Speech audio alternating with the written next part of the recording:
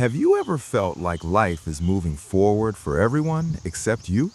Like you're working hard, trying your best, but nothing really changes. Days pass, problems keep coming, and slowly you start feeling tired of even trying. If that feeling sounds familiar, then this story is for you. In a small, forgotten village where the wind slipped through broken walls and nights smelled of smoke and damp earth, there lived a boy named Thomas.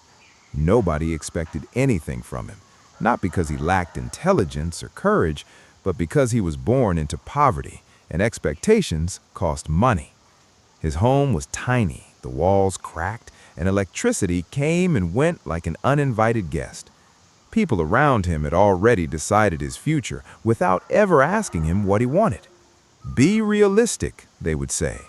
But no one ever explained how a poor boy is supposed to build a future with nothing but hope in his hands.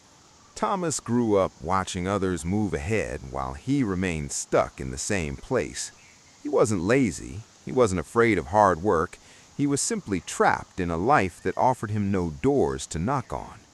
His friends laughed and enjoyed their youth because survival wasn't their daily worry.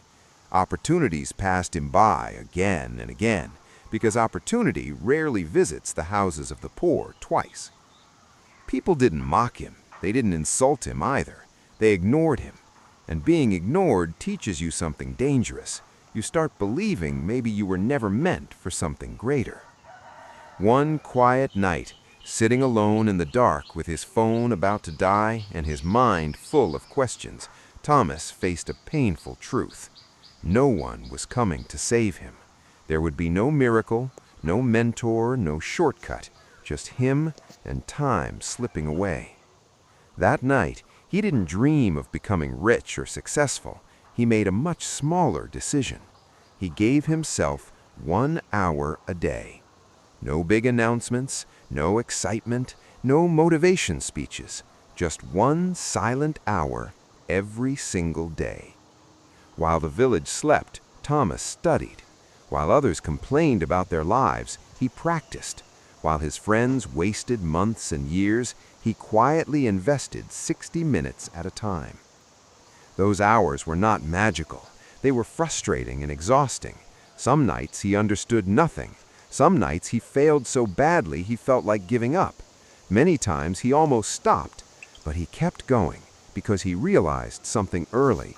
Talking about change feels good, but working in silence is what actually creates it.